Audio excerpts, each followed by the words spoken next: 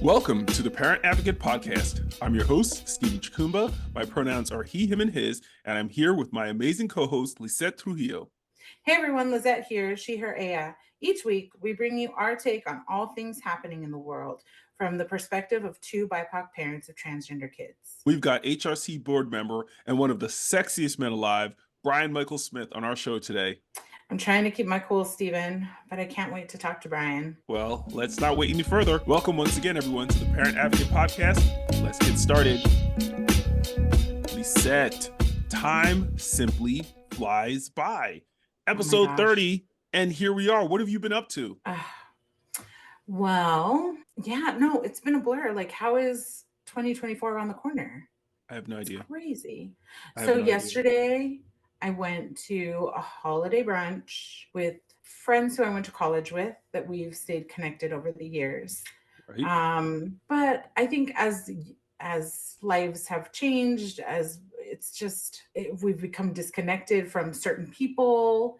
And so, sometimes it's just awkward. So I had an awkward holiday brunch,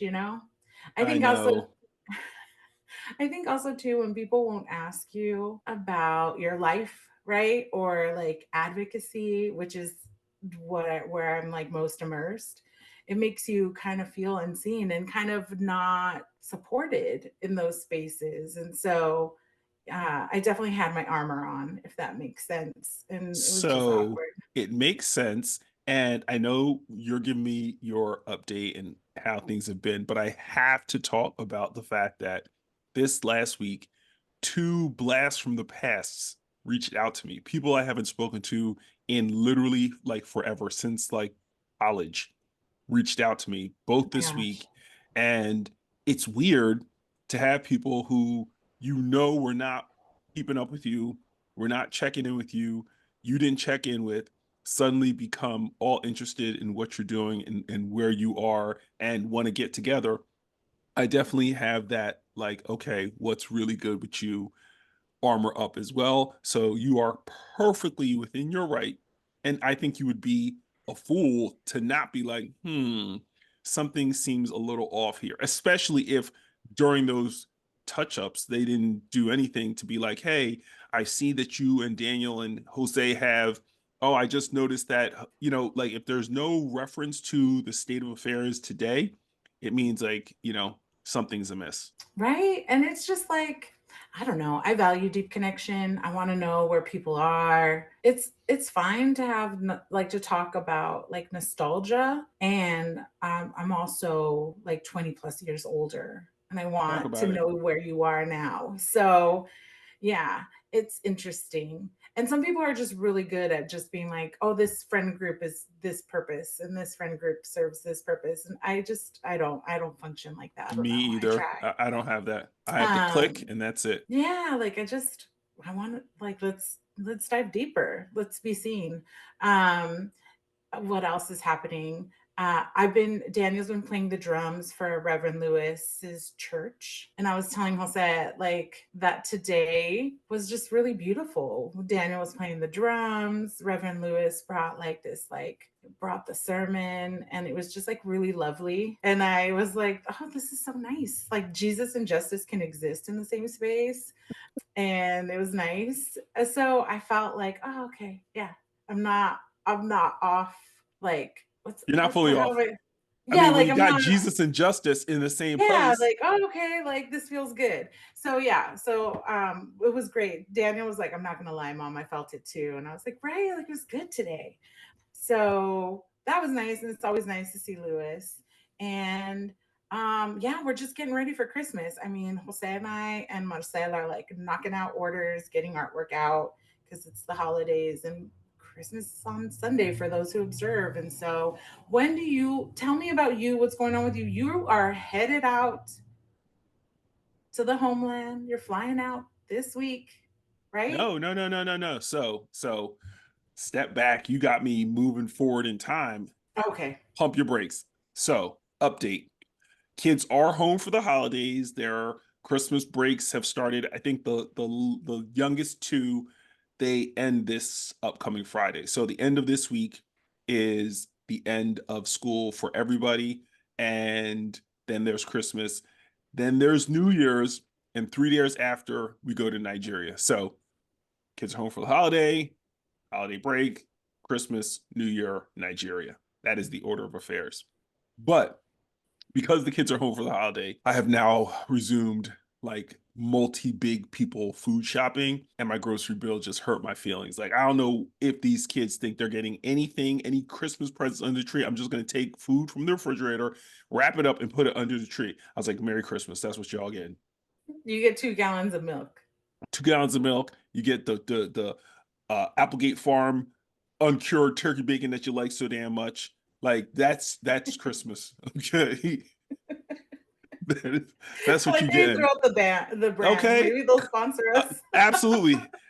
Applegate Farms turkey, uncured turkey bacon. This show is presented by y'all. All right. So come with the cash. Hello. Or just the bacon. Or just the bit, yeah, dead ass. Like, I gotta feed these big ass kids, so I'll take some bacon. Send me a truck of that stuff. Thank you very much. I've been fighting a flu bug set or a cold or something because I had the scratchy throat, then I had the snotty nose, then I had like the coughing through the night. It was just getting on my nerves. I've been fighting it for like the past few days. Luckily, it hasn't like kept me up through the night, but it has had me feeling like I'm a snotty nosed little kid with blowing my nose and sneezing all the damn time. So it's getting on my nerves, but I feel like I'm at the tail end of it, but I hate getting sick. I hate being sick. I hate sick. It wasn't COVID though. It wasn't You're COVID. gonna have to like get some emergency. Jose drinks it every day. I'm doing all the things. Like, I've been sucking down tea. I should have it on an IV drip because like I'm really trying to fight it. But again, it's fine. It's fine. Also, over the week that just passed, I think, yeah, it was like earlier this week, we got an email from Lucina letting us know that the Dads is screening with the Academy.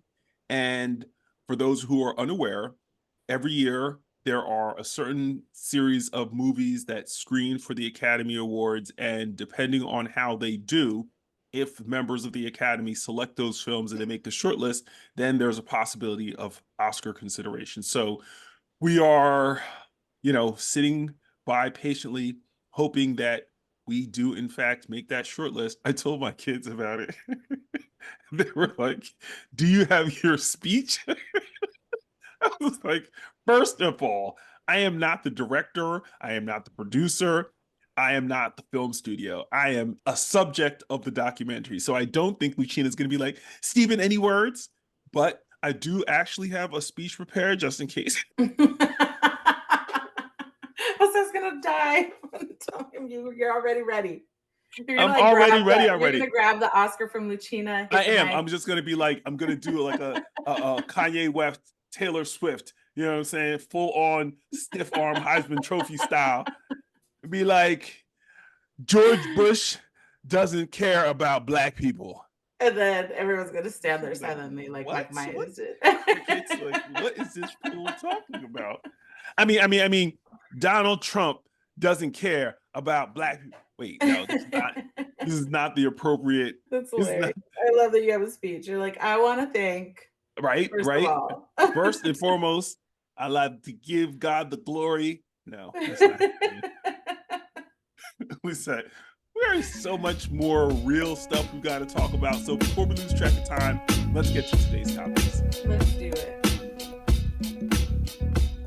Lizette, did you hear about the LGBTQ Muslims who called for a ceasefire in Gaza in front of Stonewall? Dozens of LGBTQ activists gathered on prayer mats demanding an immediate ceasefire and holding signs that said "Free Palestine" at Stonewall, which, as you know, is the first national monument dedicated to LGBTQ rights in the country. The action, which was endorsed by 7 LGBTQ+ and Palestinian rights groups, was a resounding call for a permanent ceasefire from faith communities.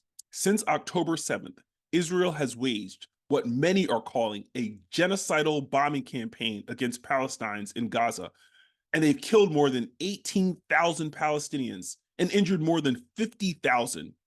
According to the Office of Director of National Intelligence Assessment, reported by CNN, 40% of the bombs that Israel has used on Gaza are unguided bombs designed to maximize civilian harm, and it seems like they're accomplishing their mission. Hearing you say that is just devastating. And I think we are seeing how borders harm people, right? In like real time. And obviously, we don't support anti Semitism or Islamophobia on our podcast. And we hope for peace and a ceasefire in Palestine, especially in Gaza in this moment, and that people are reunited with their families and that they can find some way to heal forward, right? It's just devastating. And it's also really, really moving to see so many people across the globe step forward in this moment where we're seeing this violence unfold. And so thank you for sharing that. I hadn't seen that in the news. And I can't imagine what a profound moment it was for those who were participating in this form of protest in front of Stonewall, which has been, you know, ground for so many social justice moments and movements. And Yeah, I think the significance of LGBTQ plus people calling for a ceasefire at the site of the largest uprising, actually one of the largest uprisings of yes, LGBTQ plus people fighting for their rights, fighting to be seen, fighting to acknowledge, pushing back against institutions that have marginalized and harmed them for decades at that point. But it's really significant. And again, what people are asking for is a ceasefire. They're yeah, asking for the harm to innocent civilians to stop. And I think that's really absolutely. significant. It's so important. It's so funny that you say that because yesterday I got a text message from a friend who hasn't done on the ground organizing before.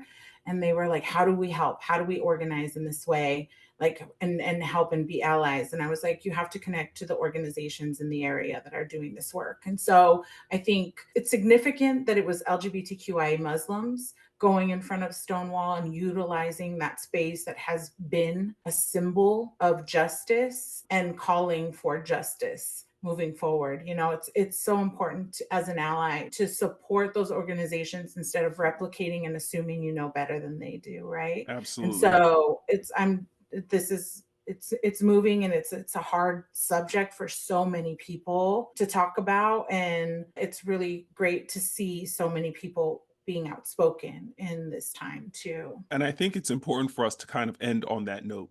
Yeah, for sure. In a decisive move affirming the rights and protections of LGBTQ plus youth on Monday, the Supreme Court declined to hear the First Amendment challenge to a Washington state law banning conversion therapy. This ruling upholds measures in Washington and more than 20 other states against conversion therapy, a practice aimed at changing a minor's sexual orientation or gender identity. This is such an important move by the Supreme Court, who, even in its uber conservative leaning, recognizes the unparalleled harm that conversion therapy actually produces on children. And the fact that they refused to take this case and they did not accept that First Amendment challenge, like, conversion therapy, that's not speech. That's not protected speech. That is not something that the Supreme Court is going to be like, oh, yeah, you have the right to subject a person to conversion therapy under a First Amendment consideration. That's ridiculous. So I'm glad in this instance that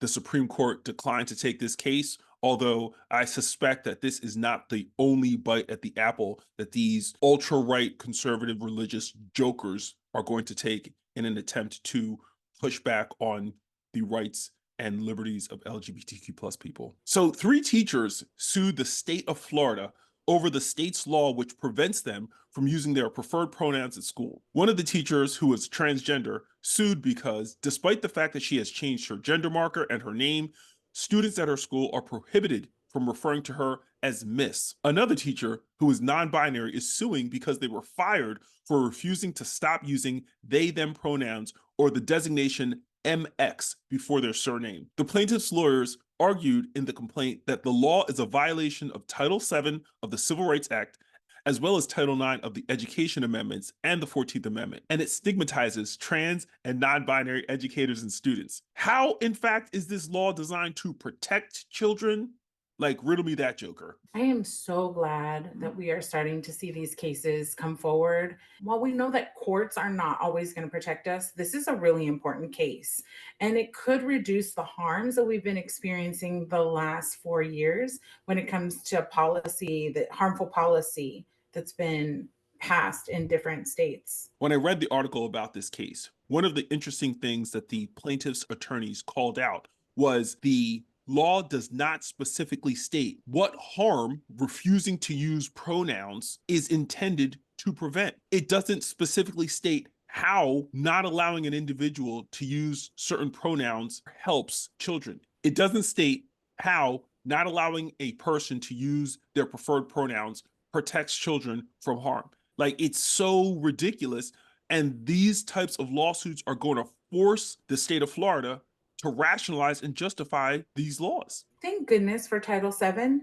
You know, those of us in Arizona, for our listeners who don't know, when the Biden administration rolled out the guidance on Title IX, Arizona entered in a large lawsuit alongside Texas and Florida. And so if you go look at the Title IX guidelines, you know, usedu.gov or whatever, it'll say like, right now there's a current lawsuit. Arizona, it states all the, you know, Georgia, it states all the states. And that Title VII protection is so important in ensuring that you have one or the other when it comes to providing support for LGBTQIA youth and educators in the school systems right now. Absolutely. Ohio legislators just passed a bill that both bans gender-affirming care for transgender minors and bars trans girls and women from female school sports. The legislation is headed to the desk of Governor Mike DeWine for his signature, and LGBTQIA plus rights supporters are calling on the Republican governor to veto it. To his credit, DeWine has previously rejected similar legislation, saying that it doesn't warrant government regulation, but it remains to be seen how he'll respond to the latest anti-trans salvo. This is another one of those cases where you've got these ultra-Republican lower houses passing legislation that nobody wants and forcing the governor to either veto it or sign it. And in this instance, we really hope that this Republican governor vetoes it, because it's not worth the paper that it's written on, and all it's doing is harming the people in that state, the trans women and children in that state, for no good reason than they are the current victims and targets of this ultra-right movement. But my concern is, even if he does veto it, do the lower houses have the votes to overturn his veto? Because that's what we've seen in state after state, where a conscientious governor vetoes a particular bill that comes across his desk, and these ultra-right jerk-offs have the votes to override the veto. Our listeners are getting a whole education on the legislative process just through these two, you know, hot topics. So I'm so glad you brought them up today, Stephen. Lizette, I could literally talk about this all day, but we've got to get to our guest. Let's do it. Brian Michael Smith is a transgender actor, activist, and vocal advocate for the trans community, known for his groundbreaking performances in his roles in Queen Sugar, The L Word, 911 Lone Star, Chicago PD, Girls, and Homeland, among others. His nuanced portrayals have earned him widespread praise. Brian's commitment to his craft is matched only by his dedication to fostering positive change within the entertainment sphere. Brian Michael Smith is not just an actor. He is a beacon of inspiration, pushing boundaries and challenging stereotypes. His unwavering commitment to LGBTQ plus visibility and advocacy has made him a prominent figure in the fight for equality. Beyond the screen, Brian stands as a powerful advocate for inclusivity and representation, breaking down barriers and reshaping the landscape of the industry. A member of the board of directors for the Human Rights Campaign, he works tirelessly advocating for social and legislative equality and protections for LGBTQ plus people. Everyone, please join me in welcoming Brian Michael Smith to our show. Yay, welcome to the show, Brian Michael. I'm so excited. Thank you. Thank y'all for having me, for that wonderful introduction. All right, so we're going to get right to it. In 2021, you made history when you were named to People Magazine's Sexiest Man Alive list. You were named one of the 25 sexiest men you can watch on TV, making you the first trans man to ever receive that recognition. I wanted to start with a really deep question. So what did it mean to you that you were impacting trans people in this way? I mean, It still blows my mind whenever people bring it up. I'm like, I can't believe that really happened, because someone who just grew up, People magazine has always been like a staple in my house, staple in the grocery store, and just something that has always meant something to me. It's just like I don't know, like a beacon of the cultural zeitgeist. And so to be included in those pages, period, was huge for me. But then to be recognized for my like masculinity, my manhood, to be validated in that way, in such a public way, was personally really affirming. But then I thought about like what this must mean for the generations of young people, because I was reading People magazine in my school library as a middle school student. So to be a middle school student and to come across this magazine and see someone, like me in it, when I was 12, would have like showed me that, hey, what I feel about myself is okay, and who I can be is possible, and I can dream big. And so to know that I can be that for somebody else is like, I don't know what the word is for that, but I feel very just grateful that I'm able to have that kind of impact. Just grateful for that kind of recognition in general. And culturally, it's impactful because people across the country get People magazine, right? So, like, Mhm. you were in newsstands, like back home, everywhere, like, we could see you. And Yeah. so, just culturally, that like affirmation of like, you are part of this list of 25 people will shift the way we talk about trans people Yeah. I in feel like their it relationship with their gender identity, right? Like, Yes, yes. And I feel like it shifted us away from the othering that happens with our community all the time. Like, it's great to be recognized by magazines from within our community, but to be recognized with everyone else, it's like we're not an other. We're just part of the same tapestry of manhood and masculinity, that exists in the world. And I thought that is very significant. And I think it has an enduring impact that we need at a time like this, when there's so much of an attempt to other us so that they can kind of strip us away from our rights and our dignity. and your wife can also be like, look, that's my husband. Yeah, she's the opposite. She's the one who's like, bring it on down. I live with him. I've seen him and all. He's not sexy all the time. So she checks. Exactly. She's that keep him humble. Hmm. In a variety roundtable, you stated that you grew more in your craft as you brought your whole self into projects. And your resume is one where visibility is at its core, like your breakout role as Officer Antoine Wilkins in the series Queen Sugar, which was executive produced by Ava DuVernay, or Paul Strickland in 911 Lone Star. What has that experience been like for you? And has it changed how you choose future projects? Very fulfilling. Very fulfilling.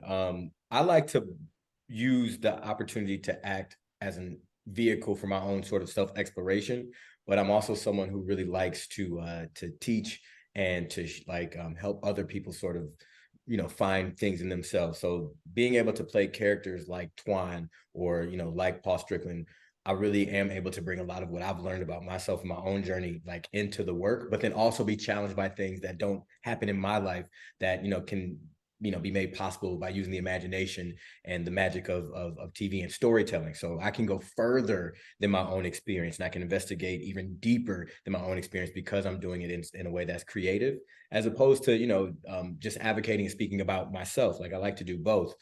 Because sometimes things are just really about me and my journey, but then when I get to play characters, I can kind of tap into the universal and speak to something that has a wider sort of impact and a sort of deepening of my connection to what it means to even be a human.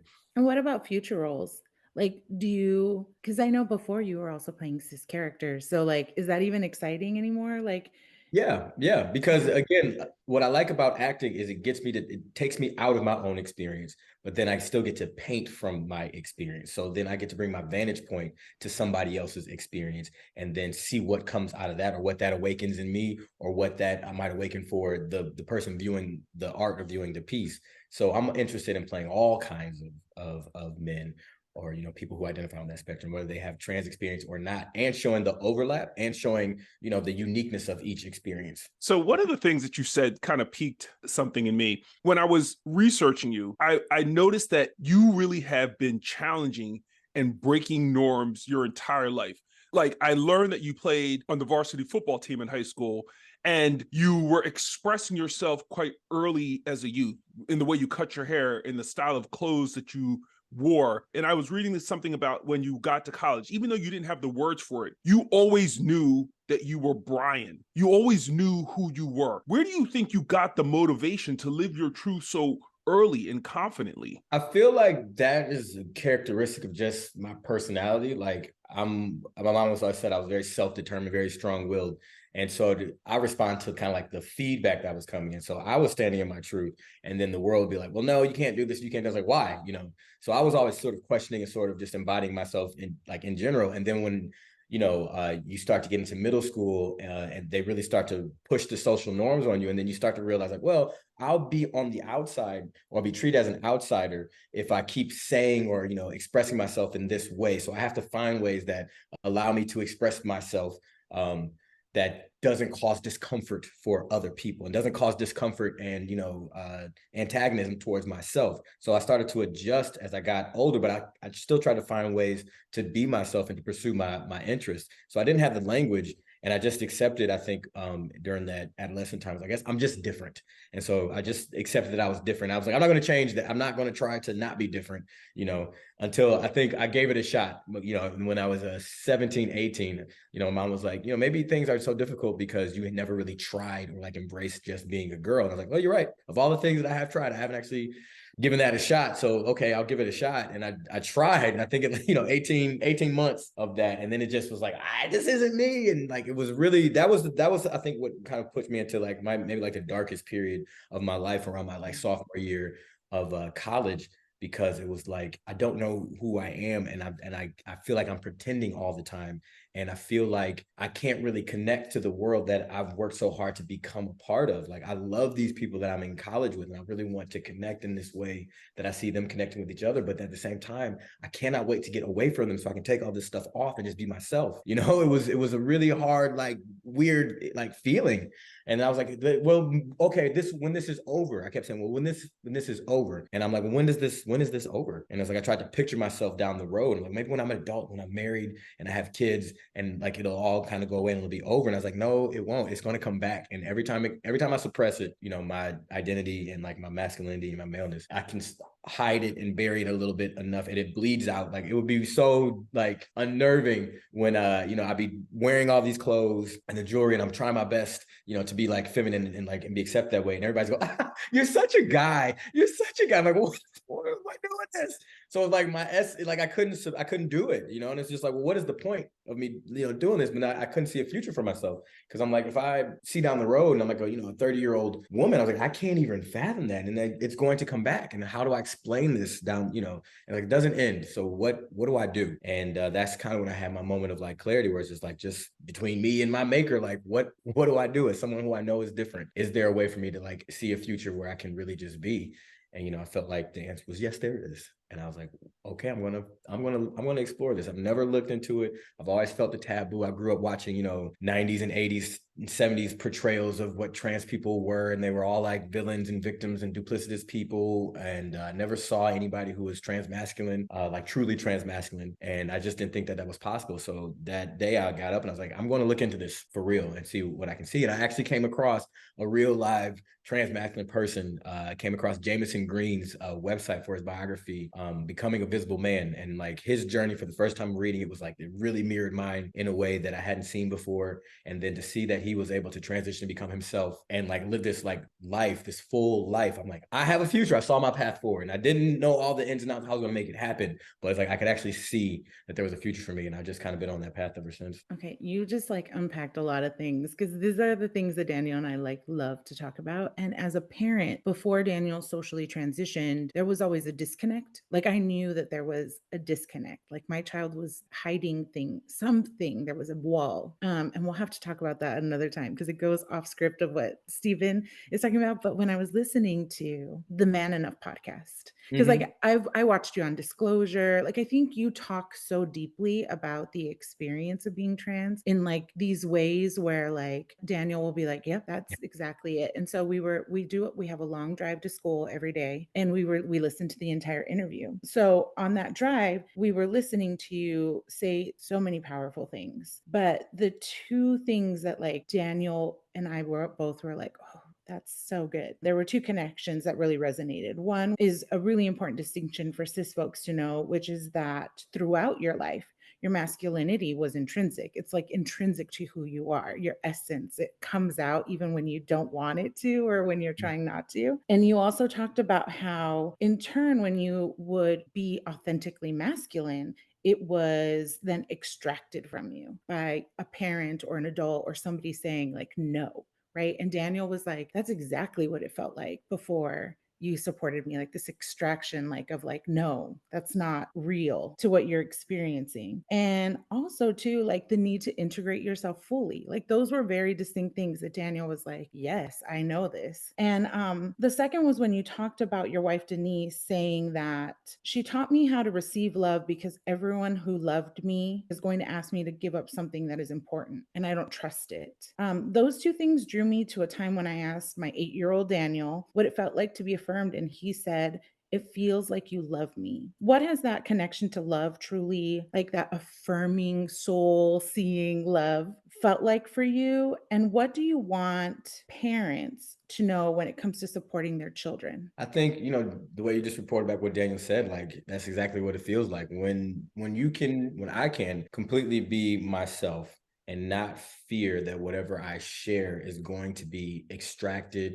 or judged or suppressed or cause harm to the other person, like knowing, like I don't want sharing myself to be a pain to anyone. And sometimes I felt like sharing the things that have been the most precious and vulnerable to me has like inflicted, pain that I, as a child, didn't have this, I couldn't hold it. I couldn't support the amount of pain that I was receiving from the person who I was like, I need you to hold me because I'm being vulnerable, so that really set me up to be really protective and guarded, like as I navigated adulthood, and to be really protective of like my innermost. So like whatever my deepest desires were, I'm like, I keep that to myself. And so when I was trying to be in a relationship with my wife, who's someone who's like, really seeking intimacy and deeper connection and saying, I'm safe. I'm like, I don't know about that, because even though people have the best intentions, they still have their attachment to their relationship to you. They still have their attachment to their idea of you.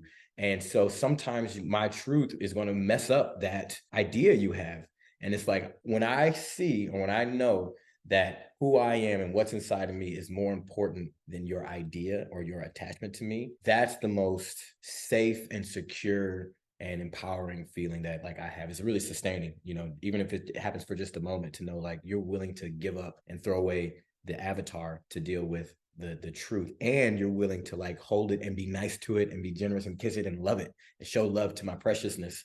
That's above and beyond. And like that will help me through when people that I don't know, or like, that's why I don't take and internalize a lot of like online, nonsense, or, people, it's like, you don't know me.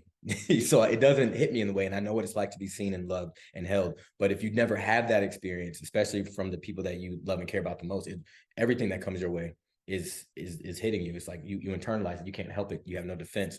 So that kind of love actually kind of gives you at once an openness, because you can receive, like I can receive more of her now because there's that trust and that flow.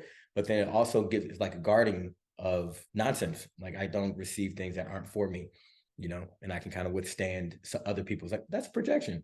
So it's not, that's, you don't even see me. You're projecting something on. Okay. So I can deal with you because I know it has nothing to do with me.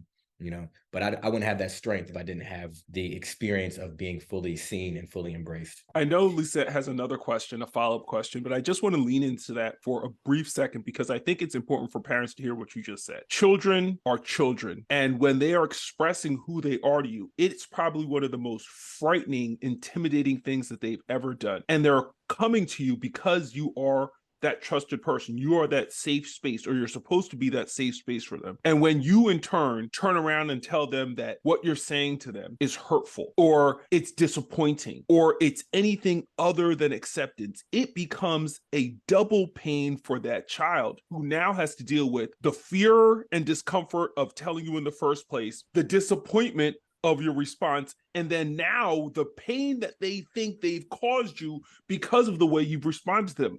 And that the intersections of all of those things are debilitating for children. I cannot overstate to parents listening to this how important it is that you're responsive, are affirming and supportive, and not, woe is me, what have you done to me, look what you've done to the family. These are not things that children are built to handle at any age, much less when they're young children, recognizing who they are and trying to find a safe space to share that information. So I really thank you for being vulnerable enough to share that with us, and everybody who was listening to that other podcast, because it's true. There's so much to unpack around that. Okay, listen, I'm sorry. No, Yeah, and we I didn't. know you have something to say too, but I just want to say that your response and the pain, because I know parents have attachment to their idea of what their children are. Like, you can't help it. You imagine as soon as you hear that you or your partner is pregnant, you start to imagine my child, and all the things that are going to happen that you're going to be able to do. And like, that attachment is strong, and it feels so real. And it's not the child's responsibility to deal with your grief of that.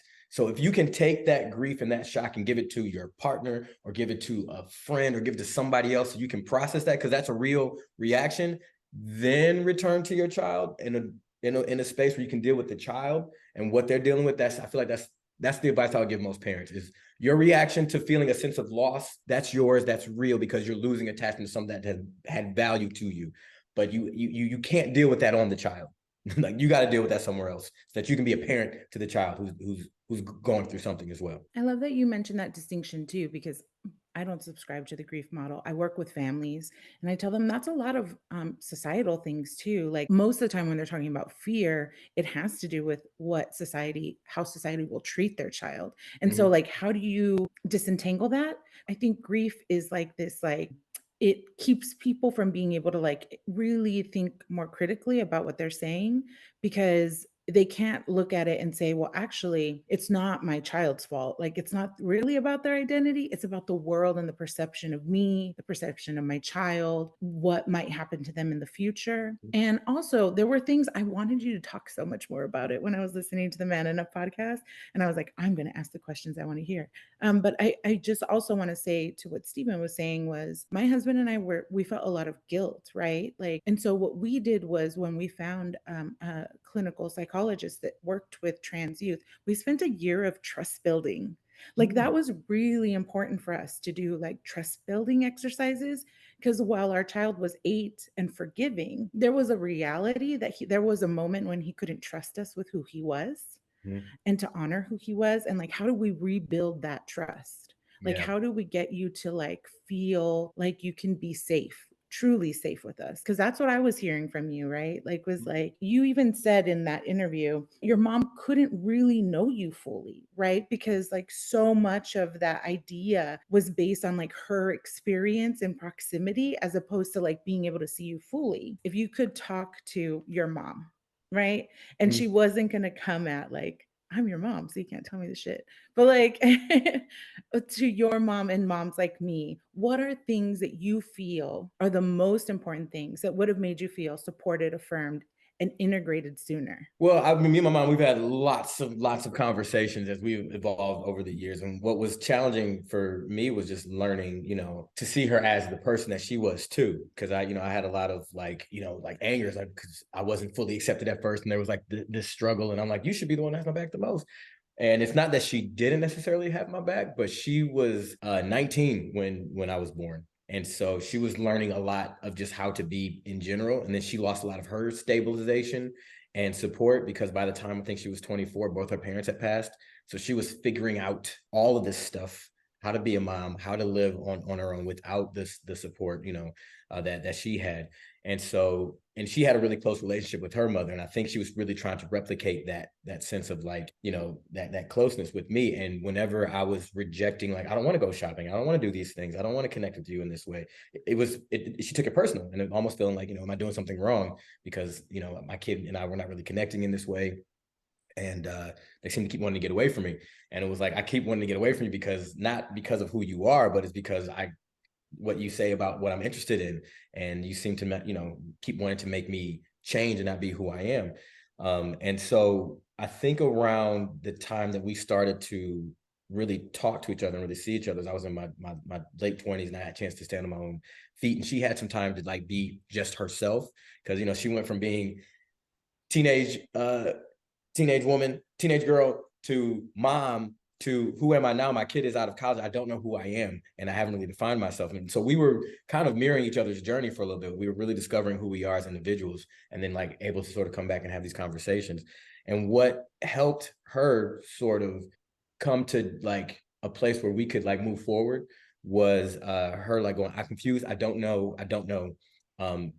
But I prayed to God, and God just said to love. So I'm just going to love you. I'm going to focus on that. And that's, I feel like what really helped us. So one of our other really close relatives had passed away. And I think a lot of the, I had this need, I need you to say, this is okay. I need you to agree. I need you to see this from my point of view. I let that go. And I think she did the same thing. She let it go. And we just love each other. Yes. And you see who I am. I see who you are. I'm not hiding anything from you. You're not hiding anything from me anymore. And we just love each other. We'll figure it out.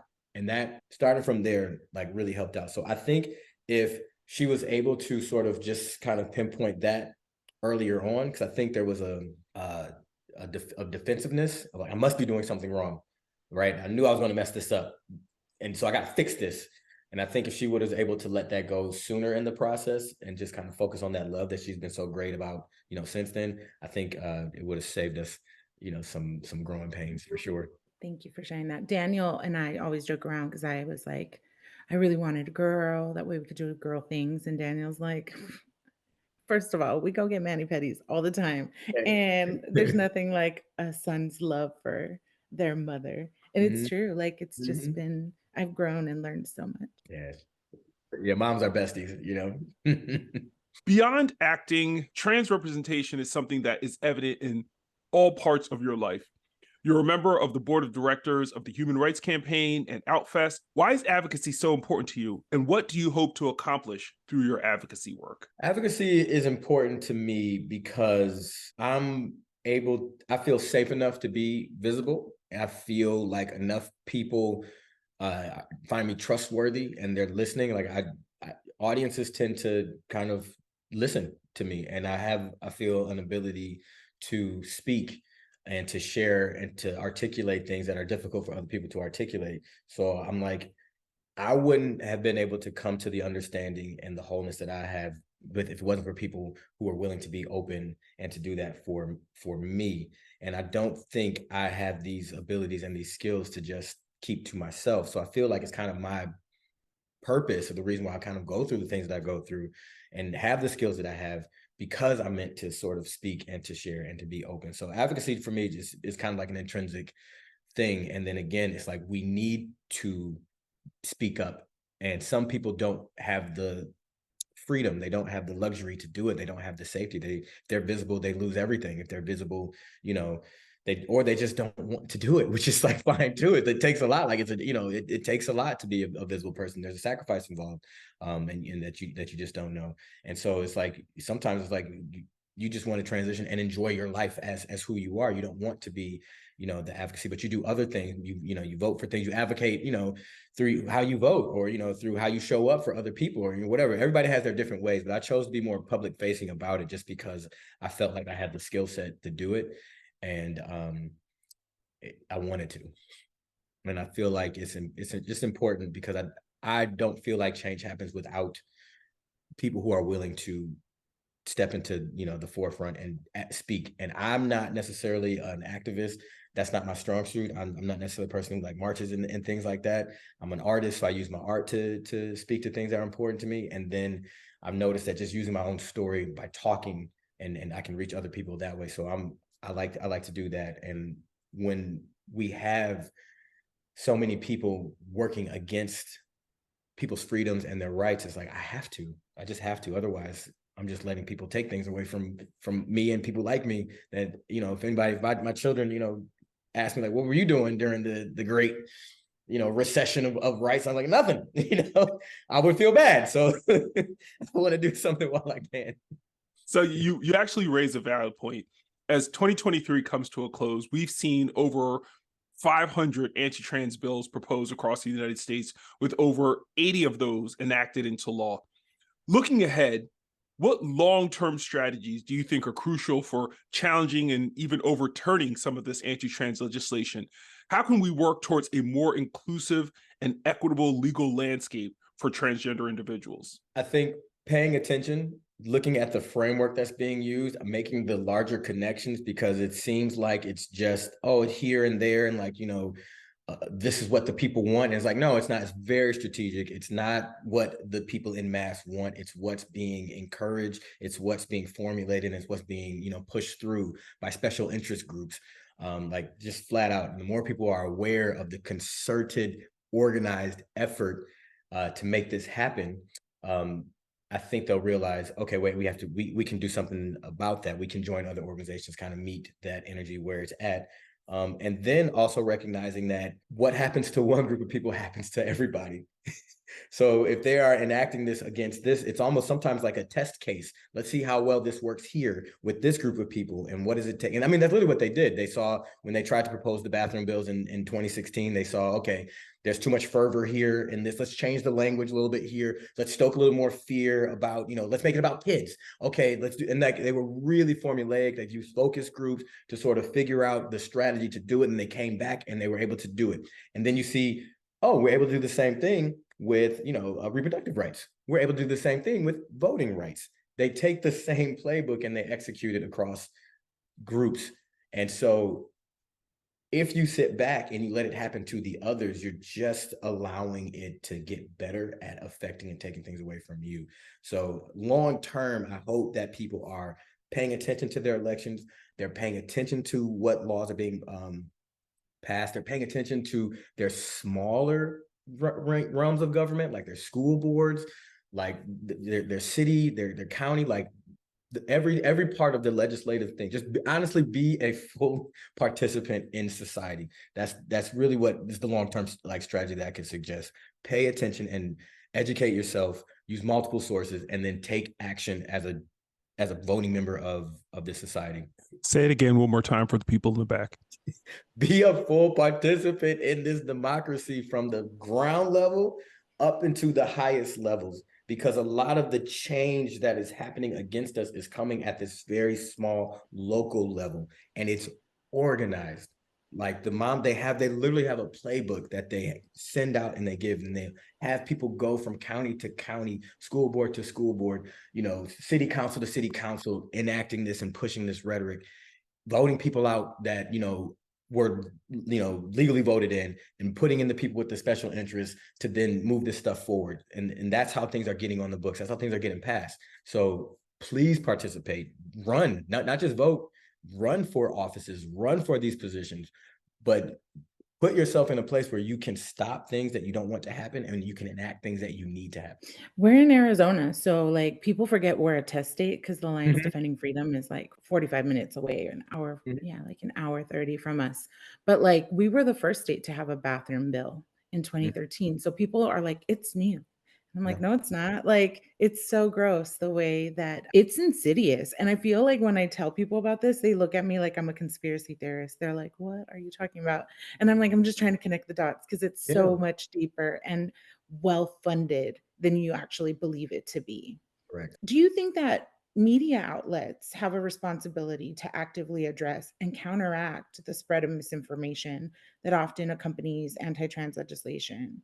How can the media contribute to a more informed public discourse? Yes, I think the media has responsibility. Like, in order for a democracy to function, like there has to be a free press and there has to be access to information. It has to be, balanced.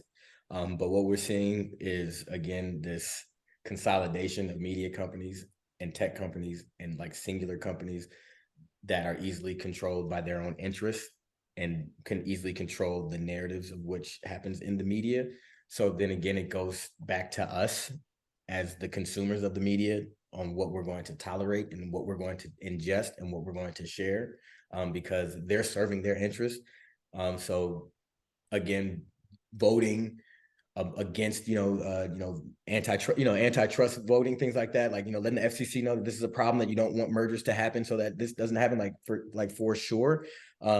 But I really feel like it's us on this social media level, and even then you have like the consolidation of companies there. But I mean, we still have a lot more power there, and getting the information out that we want and combating misinformation by putting truthful information out there and by participating in organizations like offline where we can have access to real resources. So I would want, and in an ideal world, I would want the media to be better about it. I would like to be able to hold them responsible to do that. But by and large, it's going to be like kind of for the people, by the people, you know. Yeah, no, it's true. I'm glad you said that. In an interview with Kate Sosin for the 19th, you spoke about the importance of access to information via blogs, YouTube, social media, that allows folks to see a path forward and a sense of community when exploring transition. And you talked about how that allowed you to transition with ease. Daniel would say it was pretty much the same because he was able to access, as he got a little bit older, information online. In that interview, you talked about really important things like access to identity documents, access to public accommodations. We had to sue our state for Daniel's birth certificate, right? And so there's all these challenges and restrictions, but yet through this like patchwork of store like community sharing and resource sharing, people have been able to do what they need to do to be their full selves in the world. And so we're seeing now state legislatures and our federal, government try to enact policy that limits that, right? Like limits what we can share online, that limits what people have access to in terms of medical care and or public accommodations. What do you want to tell trans youth who may feel like if this all goes away, we're back at zero? That there was a time before the internet where information was able to get around, and it'll be okay. Like it might be challenging, or you might have to adapt, but it'll never go away. The community is always present, and there's ways in which we can get information. There's ways in which you can access it. They'll make it difficult, I'm not trying to like undermine that, but please don't lose hope in that, we won't be able to communicate with each other, or that the community is going to dissolve. We'll just adapt, because that's how we've been doing it. We're one of the most resilient communities in the history of society. We will find a way, we will make a way, and we fight, I love that, because when we were at the HRC National Dinner, we sat at the table with Chase Strangio, and just a bunch of states just allowed those anti-trans laws to go on the bill. And I was personally despairing as I was sitting with my son, trying to keep a stiff upper lip in the face of all of these challenges. And he said the exact same thing. He said, trans people have always been here and we've always survived. In the absence of medical approval for us, in the absence of legal approval for us, in the absence of societal acceptance of us, we have survived and we have thrived, and nothing's going to change. And so I really do appreciate you saying that again, because as we parents of trans kids, we're always scared. This show targets parents of trans and non-binary youth. And for parents, navigating these legislative challenges can be really daunting. So what advice do you have for parents who are listening who may be concerned about this legal environment and its impact on their children? I would say keep yourself abreast through sources that you trust. Like, sensationalism is how the media like thrives and survives, right? So just make sure you have multiple sources of accessing the information, like in a cut and dry way. I mean, follow Trace Strangio. I think, Aaron in the Morning is a great resource online. They have, I think, a Patreon or a Medium account where you can kind of subscribe to just kind of keep abreast of what's happening and like in moderation and just across multiple sort of sources. And then, stay abreast with Chase Strangio, because he's really great about, getting that information of what's happening in the larger scale of things. And then the more you can kind of educate yourself on like how the legal process works, the more kind of you can take a breath, because you say, yes, they're going to enact this, but this because they enact it now, we can move forward with this and we can challenge it on the highest court in the land. So there's checks and balances in place that we might not necessarily know about, making appeals or like constitutional law that will help you sort of see that even if this is an effort, even though if all this stuff is happening, they can't all be enacted, or even if they are enacted, there's still legal recourse, there's still remedies, there's still something that can be done. That's helped me out personally, because when I was getting the alerts like in March that it's like we were already up to 400 bills, I'm like, what's going to happen? Things play out over time, and again, this is part of a wave that's a larger sort of cultural effort, and we're kind of swept up in it right now. But these things ebb and flow, right? So, you know, the pendulum swings in both directions. So we swung out of the kind of early 2000, I don't necessarily call those the dark ages, but we swung out of those into like these really fruitful, you know, mid-teens, and you know, the trans renaissance, it felt like, where there was all this openness and all this access and all of this, just, you know, like I was just like, wow, to be a kid at this time, like if I had just, you know, 15 years, you know, later, I've been like, have access to care, to hormone, you know, like to all this stuff, and it was wonderful. And then the pendulum swinging back this way, but it keeps going. It goes back and forth, and there's enough people. We can always use more. We can always use you, but there's enough people working against it. And I would say, to make sure that that pendulum swings further back in the other direction, jump on. So get involved with organizations, get involved with organizations in your local level. Get involved with organizations like HRC on a national level. You know, check out what the ACLU is doing. There, you know, the trans. I can't remember all the initials, but there's a trans equality organization that's all about like law and what's happening there. There's even organizations that will help you in your particular state figure out what it takes for you to get your legal, you know, name changes and gender marker changes and all that kind of stuff. So there's still plenty of work that's being done to help us. There's still plenty of resources that are available to us. And I feel like, again, because we're such a resilient community, we are adapting as fast as these things are coming at us. So like, don't despair, but get involved and stay informed in sources that are not set up for sensationalism. So I just had one final question. Now that you've had, because when we met you, we met obviously in Austin for South by Southwest, but it gave me the opportunity to be like, our kids are planning this thing. And in 2021, Arizona was the state to have the second highest number of anti-trans legislation. In 2022, it was just as bad. It was exhausting, right? But we were like able to stop some of it. But we did have like a sports ban pass and a surgical ban pass. And then in 2023, we had a Democratic governor. So it gave Daniel a space to like think beyond legislative session, right?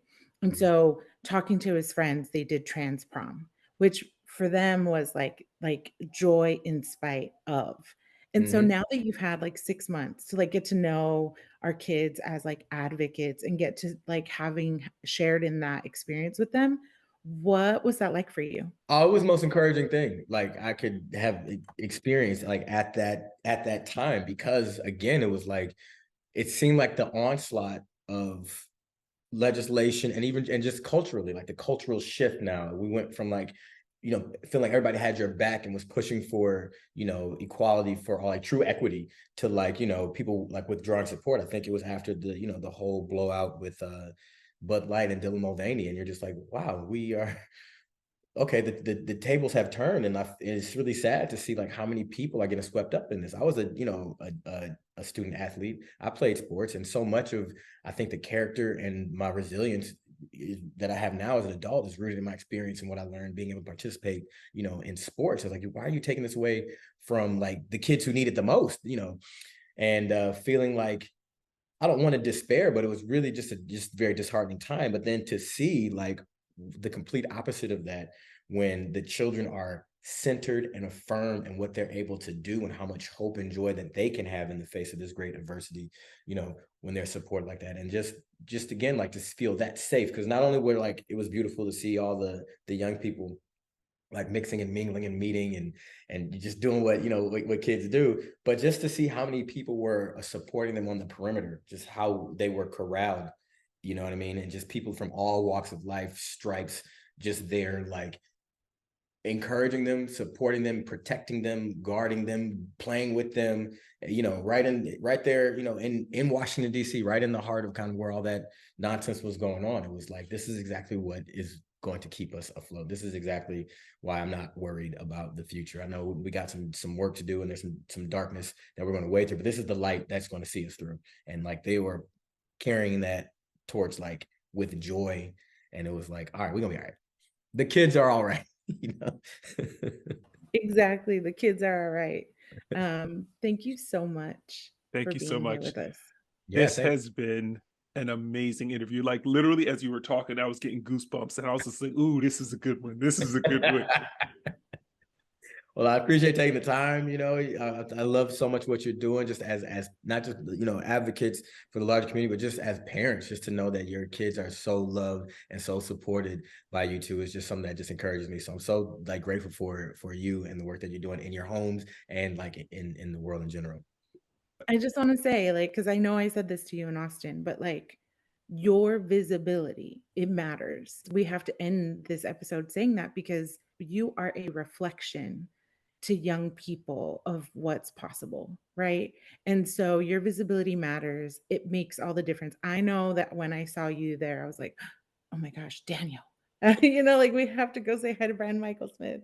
And so just thank you for like paving a way forward. And I just want you to know that Hobbs is getting cock diesel like you. Like, Let's go. Yo, dead ass. I try to play with this dude and he's lifting me up off the ground. I am 200 pounds, solid, lean muscle. Yeah. Yo, this dude is just straight up pushing up heavyweight regularly. I went downstairs to like get with him, get in the set. I was like, take this off. Mm-hmm. He said, this ain't no warm-up weight, Daddy. This ain't no warm-up weight. This ain't no warm-up weight. We doing personal best here. I was mad. I'm mad. I'm a grown-ass man, like feeling angry that my 17-year-old son is pushing up more weight than me. It's not right. It's not right. That's what they do. That's what they do. I blame you. It's a wrap. That's what they do. They keep you on your toes. Soft boy, but I'm gonna tell him about this, so maybe he'll start working out. But also, Daniel and I went to the African American Museum, the African American History Museum, and we saw the Black Panther suit. Yeah. And I was like, Brian Michael, Wakanda, when is that happening? We've been learning the proportions, you know what I'm saying? Look, manifestation, brother, manifestation, okay? Oh, I'm ready. My dog's name is T'Challa. I'm just saying. We are ready. Like, we will be there, popcorn, all the things, ready to celebrate you. So don't they know that will do even better than the original? That's all I'm saying. That's all I'm going to say right now. Come on. Your lips to God's ears. We're making it happen. You're here. Anyway, we're not going to keep you. We're going to keep true to our time. Brian Michael Smith, thank you so much for joining us. You are everything to us, and we really appreciate you spending the time with us. Thank y'all so much.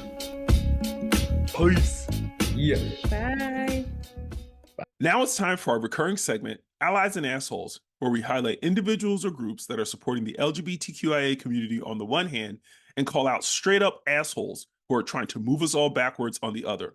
Lisette, who are we talking about today? Our ally of the week is trans icon Elliot Page. And while technically he's community, he's showing up in a big way. And we wanted to take this moment to highlight that effort. Elliot Page has added his name to calls for the U.S. Supreme Court to reject Tennessee's law that would ban gender-affirming care for minors.